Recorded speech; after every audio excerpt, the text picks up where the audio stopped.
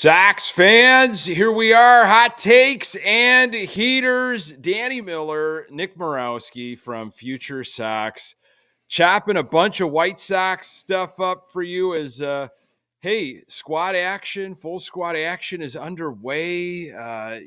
Man, Jerry's going to go ask for a bunch of money, probably will continue. Boy, there's some really interesting streaks that we're going to talk about in terms of positions that have yet to be figured out. Battles.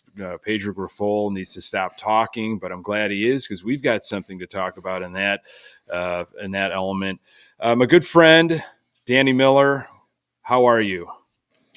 I'm doing well this evening, man. Just happy to be able to sit here and say to you that and all our listeners, obviously, that baseball's back. Yeah. For 2024. We haven't seen any games yet, but there's a full slate scheduled here over the next couple of weeks before the season gets rolling. And I just I'm feeling like spring is in the air, man. So ready to get into this thing. By the way, I feel like we need to throw a disclaimer on that. Sure. We've talked about this before, but the title of the new show here, Hot Takes and Heaters. Obviously the heaters is going to refer to me just ripping through them as we go on. And you've started already, which I appreciate. Yeah, I did off screen. I did have one going, but I just wanted to preface the fact that you are not a fan of the hot takes, and I really don't feel like you have hot takes either. But not so hot takes and heaters is just a long title for a show. Yeah. So. Well, it rolls off the tongue. I have gotten to know you a little bit more over the last few weeks and what triggers, a lung dart and when you fire one up and what gets you all kind of hot and bothered. So I might be, hitting that trigger button a little bit more throughout our time together. I'm going to give you Sox takes. I'm no short on opinions, as anybody knows from the lockdown days, from joining me on Good Guys Talk Back, passionate, lifelong. I'll be consuming just as much White Sox baseball this season as I ever have. And that's insane when you talk to other people that are either casual Sox fans or maybe they're perhaps North Side fans or they happen to be baseball fans and they just can't believe it. When you say to somebody, Danny, I spend my time following the Chicago White Sox. I mean, what's the reaction and what do you say to that? Wow. So believe it or not, I actually just spent, the better part of the weekend, actually the entire weekend and the Thursday and Friday before this past weekend working at the RV show over in Rosemont. And I came across a lot of out-of-towners, including some of the folks that I worked with that came in to help us handle the large crowds there. And a lot of folks, when you get to talking about where they're from, favorite sports teams come up, right? And I start telling people that I'm a big Sox fan and I've been doing some White Sox podcasts. They look at me and they're like, "Oh man, I'm sorry." I'm so sorry. But the answer to that really is as much as we sit here and grind it out, the reality is it becomes part of you. It's in your blood. When you're a fan of a team, as long as you and I have been of the White Sox, good or bad, you're gonna obviously have some passionate thoughts about what's going on. And like I said before, and I'll say it again, doing these shows is almost a form of therapy for me. It is. I've thought about creating another White Sox podcast and calling it Sox Therapy. It's just, because there's a lot of stuff that has gone on in my life, as I'm sure with you and with the other Sox fans, where you go to the White Sox, even when they're horrible, as a sense of comfort, because that's all you know. And you have some sort of memory, maybe a fan, a family member, a partner, or just, this gets me away from what's going on in my life, and I can just escape just about every evening for 6 months, hopefully 6 months plus, and watch the White Sox, almost like just tune out to anything else that's going on. Now, when you are really hanging on this team, it brings out a bunch of emotions. But at the end of the day, I'm with it no matter what. And what we've seen the last couple of years is really disturbing in my mind. It's disheartening. I'm confused in the direction. The transparency is really off putting. And the big ticket item, Danny, is the 78. Right now, it's the South Loop Stadium. It's don't look at what we're doing with the team. Don't look at the lack of money we've spent or the type of deals that we're doing or anything that Grifol says. Focus on this shiny new toy, the renderings and the potential of the South Loop Stadium. Tuesday afternoon, early evening, Jerry Reinsdorf in Springfield begging for money. Your thoughts when you heard it, because we heard it maybe a day or so ago, that Reinsdorf was going to go down to Springfield to start lobbying for this. And we heard like what the cost was going to be, right?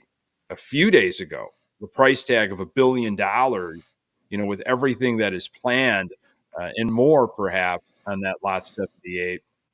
What were your initial thoughts?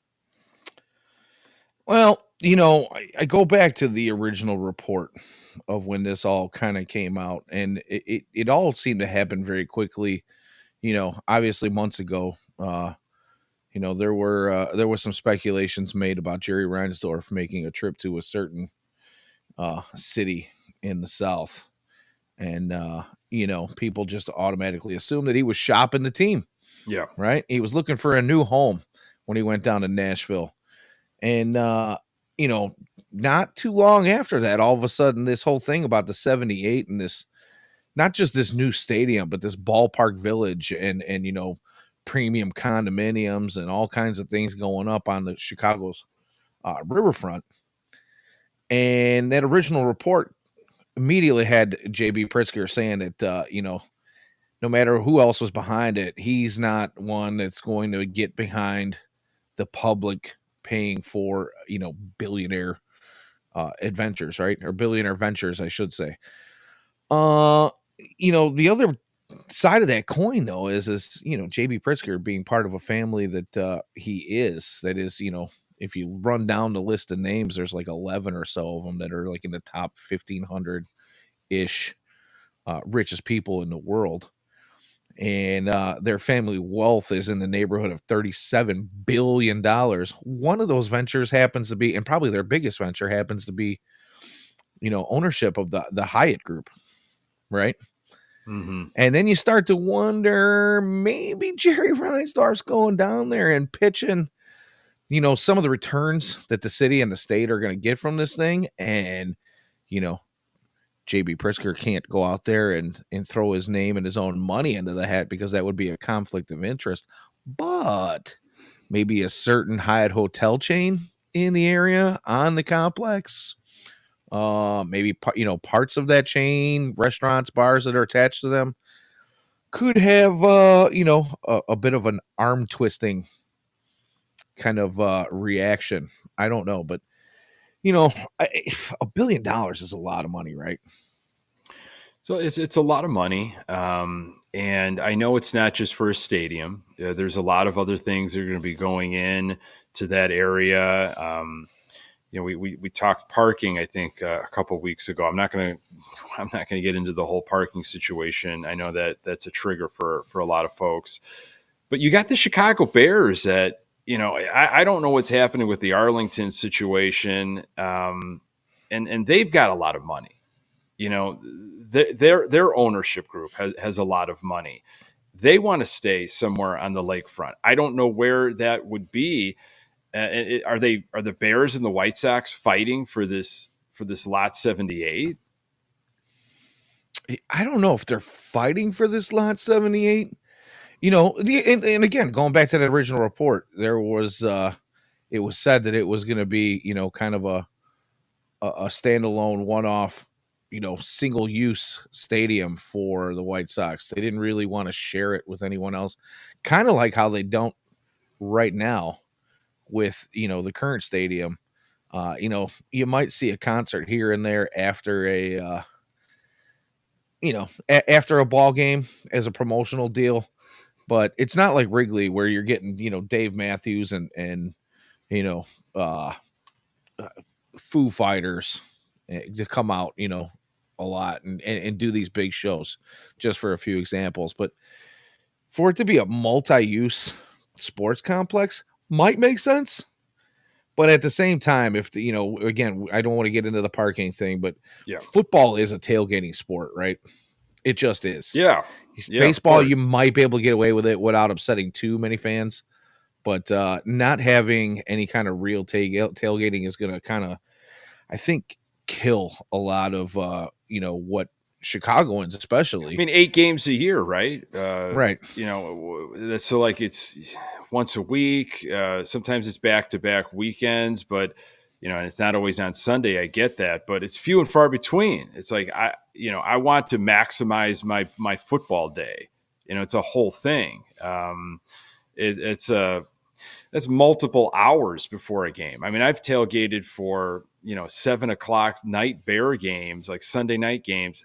I've started tailgating at like 2 or 3 whenever they were Right. allowing us in. I don't know how we were doing it, but we were doing it. It was insane, but that's how it I don't goes. remember how I don't know how you remember doing it when you're going that long and that Yeah, hard. that's someone's reminded me. Let's just put it that way. Roger that. Yeah. So I mean, look, I hear the whole Pritzker stuff and what he's talked about. I've tried to read as much of the Cranes article as I could. There's a lot of ins and outs, man. There's a lot of stuff going on, a lot of moving parts with this, a lot of little backroom deals. How things work if you've been paying attention for any amount of years in Illinois. Especially if you go back to how the previous stadium was built back in the late 80s, New Comiskey. So, yeah, Pritzker saying one hand, I don't believe in, public money for billionaire ventures. But he's also said kind of like almost with but if there is return, if it's good for the city, if it's good for the state, and that could be ultimately what happens is he could come around and say, well, I've seen the plans, I've talked to the investors, the projections are really impressive. We don't want to lose the Chicago White Sox. We think it's good for the city, for the state. And here you go, Jerry gets his way once again, which is really infuriating to me, just as a fan, that he is begging almost in a weird way, like going down there and asking for money and for these handouts. But the White Sox are one of the only 2 teams in all of baseball, Danny, that have yet to give a player a $100 million contract, that refuse to play at the top of free agency classes. They do not pay premium money for premium talent. Reinsdorf has talked about his issues with giving large contracts to pitchers, especially lengthy ones. That hits. It's one thing if Reinsdorf has been paying, and paying, and there's been big contracts, and he's throwing money around to build, a team year after year. It's like the Sox are always in conversation when it comes to free agency. That would I don't know if it would be a little bit more easy on the stomach, but now when you don't spend any money on your team for years and years and years, especially critical moments when you could have during those pivotal rebuild moments, Manny Machado, Bryce Harper, this just makes it even more nauseating. God, you hit on a couple of things that we could easily segue Yeah. into one of our other topics that we want to get into tonight. But yeah, no, I totally agree. It's just disappointing that when he's got his hand out, he's quick to act, right? Yeah. This all is happening really quickly. But when it comes to Sox fans wanting something in return for their investment, especially those, long-term season ticket holders, right? That go in and they spend their money game in and game out, and prices just continually to rise. And it just feels like a shot in the gut, it just feels like we're not being paid attention to. We're not, we're not being given what we feel like we deserve. At least, give us something entertaining, right? And it's been pretty difficult to get that out of the White Sox this last couple of seasons. But before we move on, I did want to kind of point at some of the comments we have here in the chat, and the Eradicator Yeah. believes that the Bears are a $6 billion business, so money goes to the poverty class White Sox.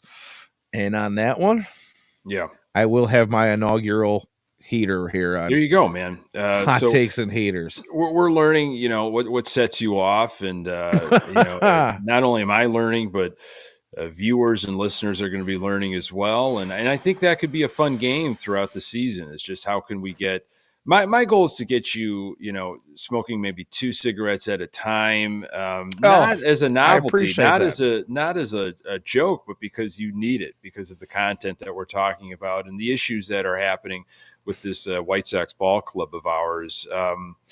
So, we'll see what happens. We've talked about, oh, well, the lease isn't up for X amount of years at guaranteed rate field. Why are we worrying about something like that? Man, all that stuff has got to get lined up way in advance. Okay. All of those decisions, all the money, all the planning, all that's got to get figured out well ahead of time. You're not going to figure out, 2 weeks before the lease is up, hey, maybe we should do something really quick in terms of a new stadium. So, and then also, there's deadlines for budget issues with the state of Illinois, and there's recess down in Springfield. So you got to get to it when you can. And Jerry Reinsdorf sees the opportunity, sees the moment, and he is going to try to get somebody else to pay for a lot of this, if not all of it. And I know there's a lot of other details in the weed stuff, but on the surface, it's sickening. Here we go once again, and it started with the threats, the empty threats of exploring Nashville or whatever. I mean that happened back in the late '80s. With Florida. Now Florida went deep, in terms of building a stadium, Oh, really thinking that the Florida White Sox were going to be a real thing. And Reinsdorf just completely knew exactly what he was doing the whole time and left them high and dry. So again, when people say, "Oh, Reinsdorf," oh, he cares about fans, he's going to do anything he possibly can. No, he doesn't. He doesn't care at all, especially not the way you and I would want an owner to care. Now, how many owners are actually out there in any sport that are really doing the fans' bidding, really doing what a fan wants them to do? It's probably on the low end, right? Because right. it Well, is a business. that was exactly, you took the words out of my mouth. Everything's a busin's. Everybody's It's a got to make some business. money at the end of the day. But Uh, don't believe this nonsense. He's playing it just like he did, the other time around with New Comiskey. So, no, um, and I know he's trying to sell it with the revenue that it is going to generate outside of just the Sox Stadium. They're talking about it being a $9 billion investment in the city, the core of the city, the infrastructure, and everything that's going to go up around the stadium. And I've heard some crazy numbers about possible $4 billion in revenue per year and 200 million in taxes. There's all kinds of crazy stuff, and I'm sure he's selling the 10,000 construction jobs that they're talking about it's going to create during the time of building, and the whatever it is, 22,000, I think they said, permanent jobs. He's a salesman, right? Obviously yeah, he's been in real estate forever, so he's got some tricks up his sleeves, I'm sure. yeah. I mean, sure. I mean, it's going to be. I would hope that it's even more beautiful than the renderings. I hope that it is something that fans flock to that can find parking, and it's just something that is rocking all summer long. But if the team isn't relevant and they don't invest in the team, I think you will find, if you look at other gems out there stadium wise, the fans drop off, attendance drop off. Now I know Pittsburgh isn't Chicago. I get that. But what I'm trying to say is like it loses some of its luster. It's like, okay, cool, beautiful stadium. They're all over the place. That's you'll draw some people, but I just don't think people are going to be showing up, especially Sox fans, in droves, over and over, year after year, if the team is still a poor product. Yeah.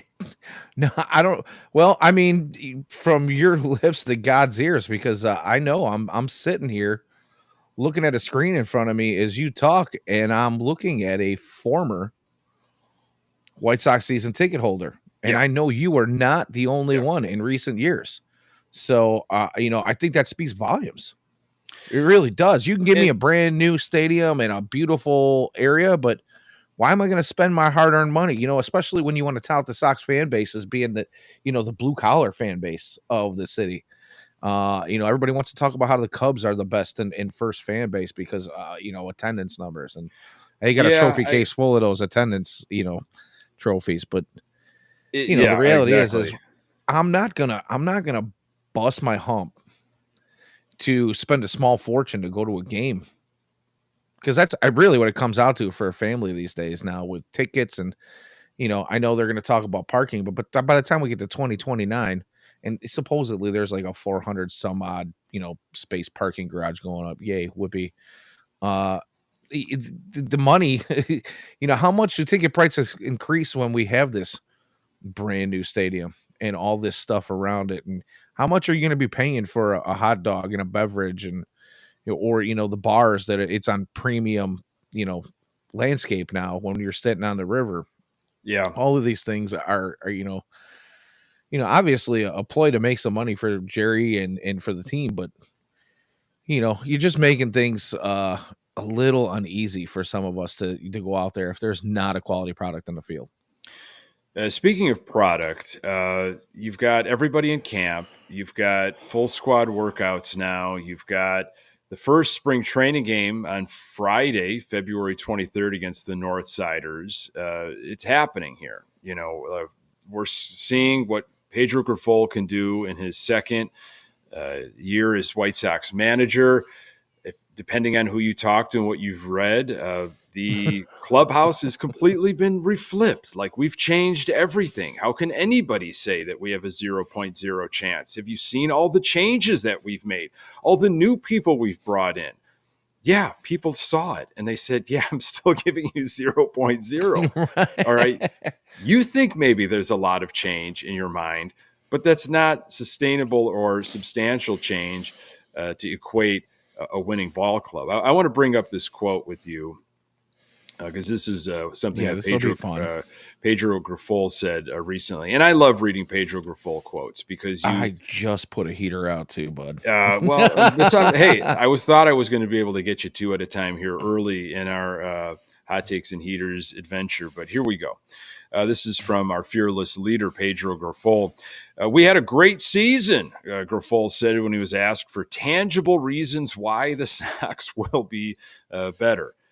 From a roster perspective, we had a really great offseason. And from a preparation perspective, we had a great offseason.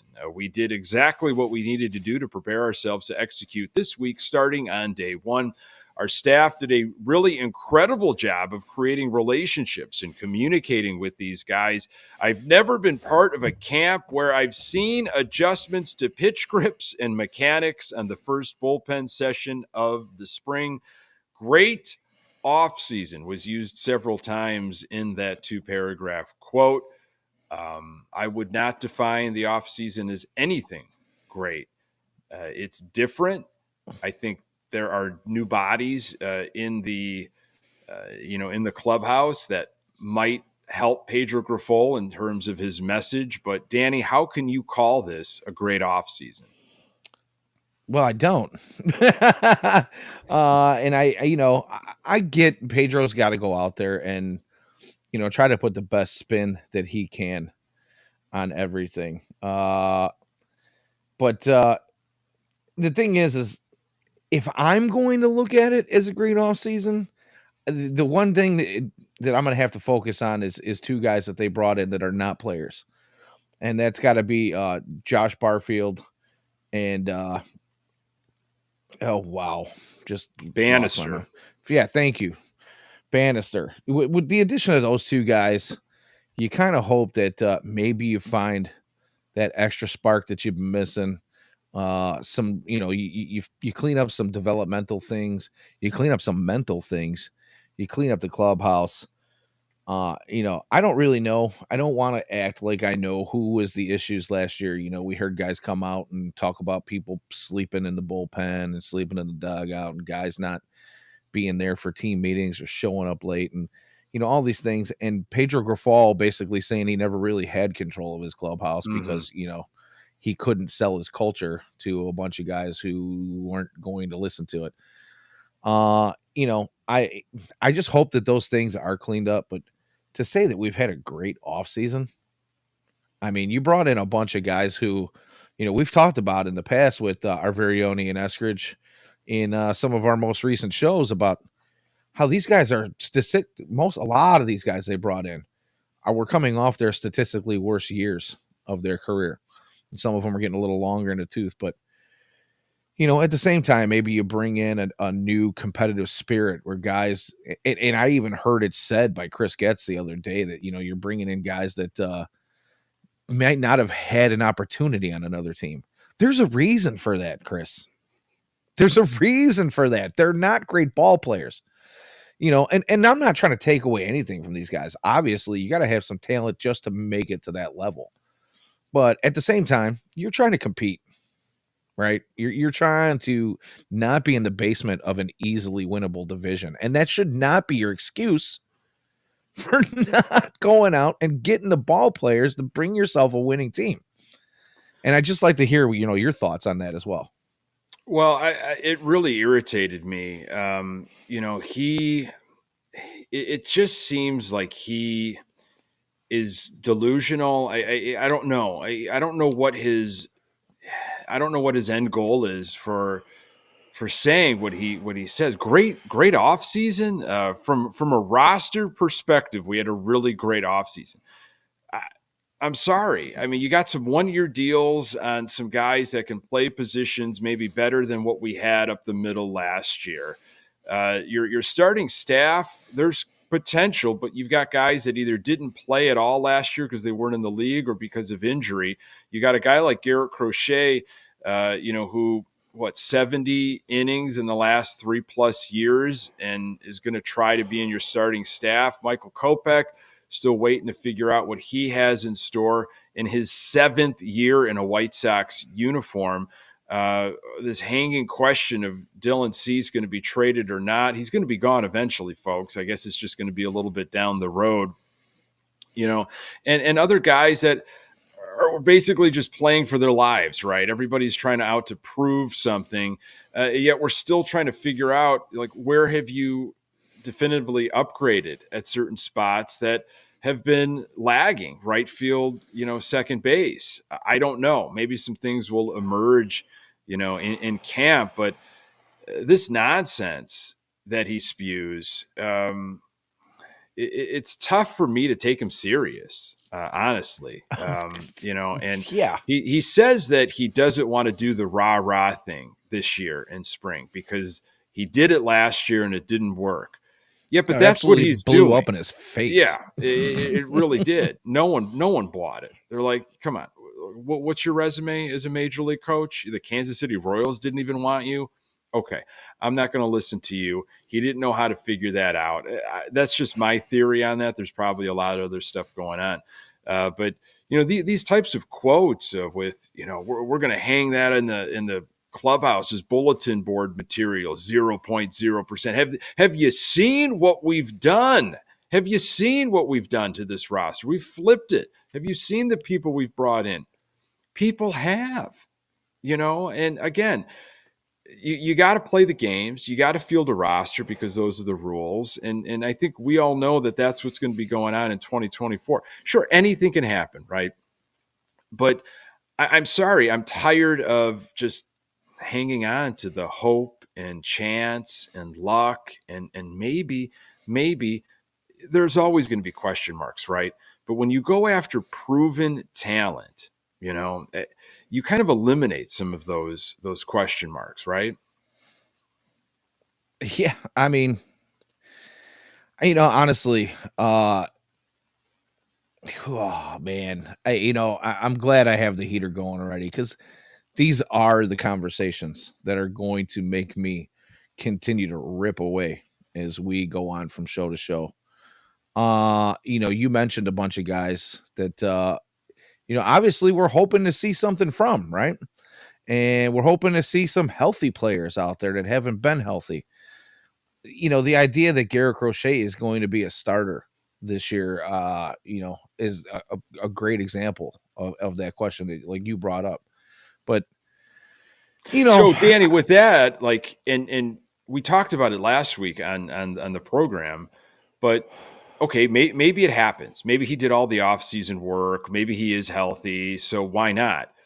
Like those types of things, guys on prove it years, guys like, trying to reinvent themselves, all that stuff put together in a blender. I'm like, that just doesn't pour a team that's really focused and is going to be going after something, even in the AL Central, the stuff that we were kind of pitched at the beginning of the offseason. So well, that's and all that's experimental stuff. That's like what a team does when they're, fringy. And like, I don't, I'm just, hey, I'm just trying to figure some things out this year. well, and that's the Not thing. I going mean, for deep. that's kind of exactly where I was going with that statement. Is when you throw all those things together, all the what ifs, all the hey, we need to improve on this, we need to improve on that. Do you expect to hit on 100% of all the issues that you had last year? Do you expect all your supposed superstar players to all of a sudden be healthy and doing things the way they're supposed to when we've been waiting for years upon years upon years for that to happen? And it's just supposed to happen overnight because, we brought in some new staff. We've added numbers to our staff so that we can focus on some of these players one on one a little bit more and not kind of, shuffle some things to the side. Ian has always been an advocate for pointing out the fact that just for example, the pitching. How can Mr. Katz go out there and fix an entire pitching staff, because it's easier to focus on one thing that's wrong, but when everything is wrong, where does your focus lie, and are you spreading yourself thin? We can try to sell all of those things, but the reality is it's not a realistic thought to think that you are going to be able to hit on every cylinder and every stride and every improvement you are trying to make and sell this thing. So, like you said, he's coming out there and he's not going to do the rah rah thing, but it's exactly what he's doing. And Sox fans are not stupid, right? We're not dummies. We are the working man's fan. And we do like to do our research.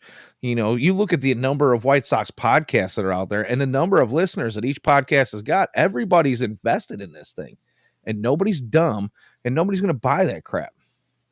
So I don't There are really know. passionate fans, and if you're doing any type of content creation, it's in my mind, it's because you're probably not hearing the type of content that you want to hear, and you've got something to say. You need a healthy outlet. You want to put something out there, like we talked about at the beginning, almost in a therapeutic way, Right. for the good, for the bad, for everything in between. There are more of us, than we really realize. It's just tough to find. It's sometimes tough to find and rub shoulders with like-minded people as are White Sox fans. And when you can connect with somebody, and I've connected with so many great White Sox fans, since doing content creation so many years ago, it feels good. I'm not alone. We're going through this together, through the highs and through the lows. When I stopped season tickets this past fall, it wasn't because I knew the team was going to be bad. I'm fine with that. I'm fine if the product is bad. What I started to feel, and I felt like this a couple of years ago, was an absolute disconnect with the organization and to the fans. There just felt like just kind of like a little pat on the head, and like, you should just be happy that you have a team on the South Side to root for. We're not going to give Yeah. you any extra more. We're not going to go out of our way to make things amazing. We're going to kind of just kind of float in this limbo area. And when they kept Pedro Grifol around and they just hired Chris Getz without even a real search, it's like, where's the investment? Like, what am I paying so much for when you're clearly not investing, in the product? Why are you asking me to go above and beyond when you're not showing me? You're definitely Well, not treating me that way and as a season ticket holder. it's not just the product on the field. I feel like the service inside the stadium has kind of taken a dip. I feel like Yeah, when you say Brooks Boyer, or I'm sorry, when you say disconnect, I immediately think of Brooks Boyer. the same old I'm stuff they run out. it is the same old, the same old stuff. But when I go into a game and it takes me, an hour or more to get through that line because of old security measures, and then I get in there and some of the concession stands are open because they're not ready by the time the game starts, and they've got frozen food they're still thawing out, or there are concession stands that are closing by the second or third inning because we just sold out, we were unprepared. Yeah, we were unprepared, and Danny, it's these relationships that Reinsdorf has had for years. The same people doing the same job, and we're just going to run it back year after year. We're not going to busy ourselves trying to get inventive or creative or connect again with fans or go out of our way to do anything. The product, show up if you want to show up. If not, what else are you going to do? And the sell the team stuff, sell the team, all this kind of stuff that really was getting fired up this past season. I look at, Reinsdorf seeing that and all of his other cronies, in the organization. And they said, you know what, if they don't want it, we'll just leave, we'll stop giving you the extra stuff. If you're not happy, we're not going to go out of our way, to make sure your experience is amazing, or you feel that deep connection with this team, like you might have years ago. Like we're upset. If you're going to be upset, fine. And there was like this pouting, this it felt really weird. I hadn't felt it in years, and I'm talking about some bad teams that I sat through. And sure, I get it. People go because it's what you do, and you've made friends at the ballpark, so you go, and that's great. But look, if I'm meeting friends someplace and we go to a similar place year after year, day after day, week after week, whatever you want to call it, and the place has gone down down the tubes, and they're not investing in the place, and the food's crappy and the service is horrible. It's like, well, I really love this place, but maybe we could find something else. And I'll just be a casual observer, and I'm not going to invest as much. I like these people. Maybe I could hang out with these people in a different way. I don't know, but for me, it just is not worth it right now. Yeah, I mean, having said all that, obviously, I still want to go to at least a handful of games, Of right? course, I can't sure. make it through a summer and say, I'm not going to give my money to this organization. I'm not going to, not support my White Sox. I got to get out there. The smells of the ballpark are something that is just nostalgic for me, going back to my childhood. I hope you The and I are roar of the sitting together crowd. opening day. That Absolutely. And I'm that sure would we be will a, be. that would be a joy. I get you at 100%, man. I will be there when I can be there. I will make it a point to get out there, bring my son out there, have those moments, have those experiences. But the investment that I was putting in, especially financially, it's like, I don't know, just to fork my money over blindly when the renewal comes in. It's like, well, what am I getting in return? Yeah, and I don't think anybody's going to be mad at you for saying it. I mean, obviously, anybody that wants to try to tell me how to spend my money, I'm going to tell them, well, you know where you can take that idea, right? Yeah, But for what it's worth, fireworks, being in the ballpark, having an adult sparkling beverage with some of your closest buddies, or even not so close buddies, just being around other yeah, Sox fans, something to be said about that. But again, I'm absolutely. with you. You can't, if you can't justify going out there and spending a bunch of money on a large package, you shouldn't. You shouldn't have Yeah. to do it. But now, that kind of brings me to something else I'd like to ask you. Because getting back to, how we were talking about the product on the field and not just the fan experience, with spring training rolling, obviously we have some questions that are out there, and I kind of pointed out that there's a lot of issues that need to be corrected next year, right? Or this Yeah. year from last year. What do you think are the feasible and maybe even plausible corrections that we will see this season? If they improve defense, which I think they did, and again, the bar was very low, right? So you didn't have to do too much to all of a sudden have a better defense. Playing people in their correct positions, there you go. You've already have a better defense. I'd like to see just, the basics in terms of that, hitting cutoff men, knowing where you should be, not looking confused or caught off guard in certain situations, like just being like preparedness, like being prepared as much as you possibly can. And that goes with, everybody on the defensive front. I think that's attainable, right? Like that should be able to be done with a major league ball club. Like there were just some laughable moments last year. I'd like to see discipline at the plate, Danny. I mean, we've talked about chasing pitches. We've talked about a lack of preparedness in that side. The mindset, just the ability to get on base. Because with Pedro Grifol and Chris Getz, it's all about speed, right? We're going to be fast. We're going to play fast. Well, you got to get on base, man. So that has been lacking. Not just certain players, everybody, in terms of getting on the base path. So I mean, those are two things that I'd like to see. Yeah, there's a lot, but I'll leave some stuff there, for you to chop up. Um, what's really obtainable? What are you looking for? Well, I feel like you brought up a very good point when you talk about how he said the things like they want to play fast and they want to get you know he didn't actually say this, but I feel like it's kind of a callback to when Ozzie Guillen came back to the White Sox as a manager, and small ball Mm-hmm. was a big thing during his tenure, right? And I feel like Pedro is almost trying to do that same kind of thing and suck some folks back in with that kind of talk. But really, honestly, the one thing that you brought up was cleaning up approach. And I think that's probably going to be one of those things that, I'd like to think is on the easier side for the White Sox, but they've proven that it hasn't been so easy up until this point.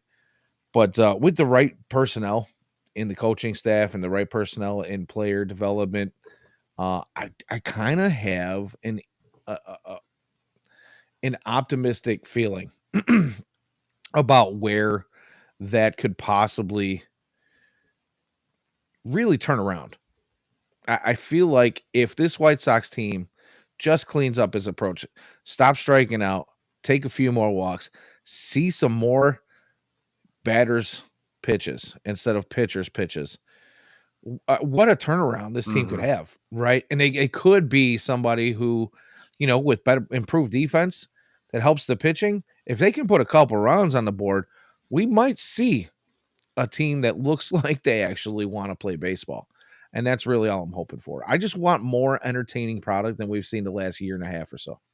So a couple things. I agree, but we've seen what other teams have done to the White Sox. They have grinded at bats out. They have been patient, and it has infuriated White Sox pitching to the point of you've seen frustrations on the mound because batters are pesky. Batters will take their walks. They'll be patient. They will not chase. So I would like to see that. I'd like to see them be better prepared with the opposition of what they will face on the mound that night potentially. So there's something that I've been thinking. Again, it's everything goes right and this, that, and the other, and I think there is something to playing to your strengths, knowing your identity as a team, knowing like what you absolutely can do. Like what kind of ball club are you going to be? And there's being honest with yourself, and then there's kind of like living in denial or living in, fantasy, which might have been going on the last year or so, where we wanted to hit the ball out of the ballpark. We're going to be this power hitting team, clubbing home runs, whether it's Eloy or Robert, and that didn't happen. Like, that's just not something that was able to be done. It's a mystery, especially at a ballpark like, at 35th and Shields. So if you're trying to be a different team and you've gotten players now in this great offseason that can provide that for a Pedro Grifol philosophy, well, if they stick to that brand of baseball and they play their style of baseball and they do what they can do really well, they don't beat themselves, they play mistake-free baseball, kind of a way that the Guardians can do to you. Like, they know what their identity is and they just beat you because they don't beat themselves. They make you make the mistakes. I'm wondering if that could really, can that catch fire? And you see out of the box, like, wow, after April, it's like the Sox team's kind of hanging around there because, they've, I want to say mastered, but they've done what they can do to the best of their ability. Yeah. You know what? I really don't have anything to add to that. That's no, I mean, you said it perfectly. And again, I'm still hopeful that we get something of an entertaining product. And I'll just leave it at that. I'm not Yep. going to try to poo-poo on the season before the first pitch is thrown. Right? I We will can leave look that at to me. everything on Leave that paper. to me. Leave that. I'll do that. Well, I have had my share of less than favorable takes, right, for this White Sox team over the past year and a half, and then a lot through this current off season.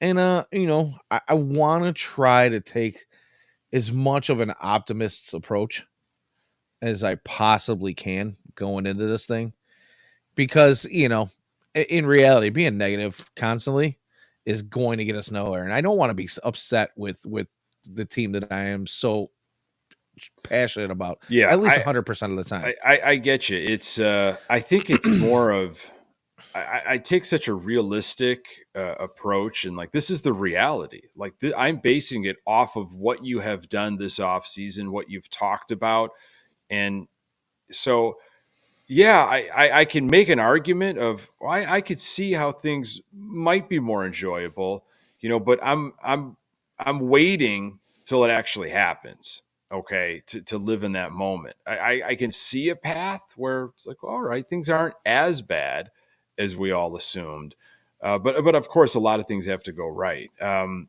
Before we say goodbye, we've got to talk about this graphic that was all over. It was all over social media here on Tuesday, February 20th, and it's a really interesting graphic about how many different um, position players have started on opening day for ball clubs. And the Sox are just notorious, especially second base and right field. And I forgot how bad DH has been. Here we go. Is this number 4? Because someone was counting in the chats, in the Well, comments.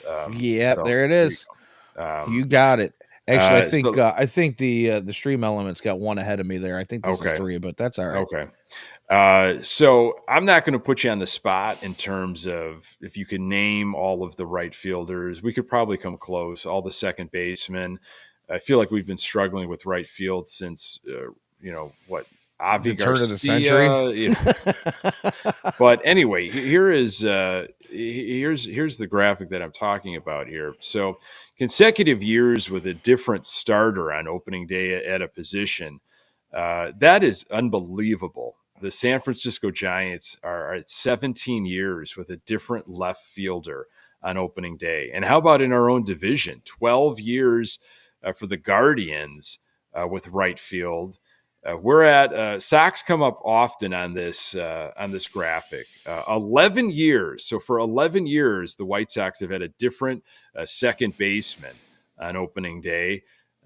10 years, a decade for a designated hitter. That could change. We'll talk about it in a moment. And then 6 years for right field. Now, I mean, they've addressed second base, but I don't believe it's a long-term solution. So I think that streak could be going for a few more years. And they've kind of addressed right field, but I think it's going to be a battle in camp. But right field will change. There's going to be a different right fielder because Romy Gonzalez is now in Boston, and he was your starting right fielder on opening day last year. Second base, I believe it was Elvis Andrus, right? That's the obvious choice of who was starting second base for the Correct. Sox.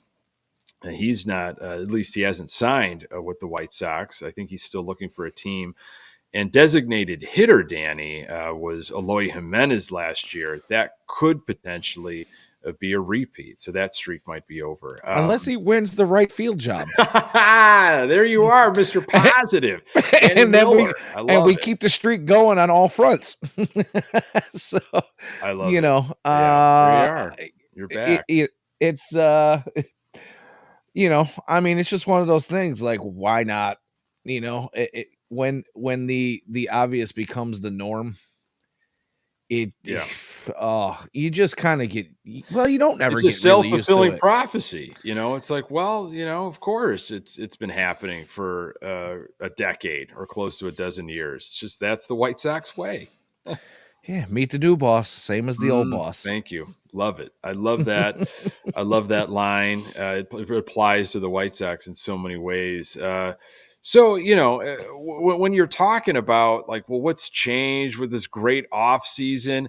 I mean, if they went, Danny, and they locked up somebody in right field for 5 years, 6 years, and said, this is our right fielder. We are investing in right field. We found the right fielder. Or if you did that in second base, I would say, okay, that's different. You've done something different than you normally have been doing. If you found, a maybe lightning to the thunder of Dylan Cease, even though I believe Dylan Cease is going to be gone in the near future. If you went out and you got a front line starter, wow, that's different. You don't go out and you don't get starting pitching. You don't pay for pitching. Wow, that is different. You guys are going in a different direction. I mean, these little flips here and in there, and bringing a couple guys in that, that to me it doesn't symbolize much. No, I've said it in past shows, and I'll say it again. I am like the state of Missouri. You have to show me. There You you got to are. show me. In order for me to really buy in 100%, I need to see something. Right now, like I said, I'm just trying to stay positive. Whether or not I believe it is a whole nother, ball club. We're in a whole nother realm, to be honest with you. But I'm hopeful that they do prove me wrong. And maybe one of these guys that they're going to bring up to play middle infield this year is going to be a guy who sticks. Maybe we have found a gamer out there in right field that sticks. But Yep. there's also a handful of free agents out there. Excuse me. Yeah. It's hard for me to say that free agents that the White Sox might go out and actually spend some money on. The name Cody Bellinger is still rolling around out there, even though he's a Boris client. And we've got that whole standoff going on with his and you could change the narrative in that too, with the White Sox. So the next time we talk, there'll be some spring training action under the belt. We'll be able to talk about some real actual game scenarios. It sounds like Pedro Grifol is going to be going with a lot of relievers, bullpen arms at the beginning. You're not going to see probably starters at the beginning. Trying to figure out what we might have with all these arms that and I don't know. New pitch grips. Yeah, new pitch grips. Did you see the pitch grips? Have you noticed what's going on? Like, we're actually gripping the ball how we should be gripping the ball. A lot of this stuff with the White Sox is like, yeah, you should have been doing this like 3 years ago. Like, where have you been? These other organizations have figured it out. You're late to the game. Yeah. All in all, baseball's back. Baseball's back. Whether or not we're going to see any good baseball is it remains to be seen.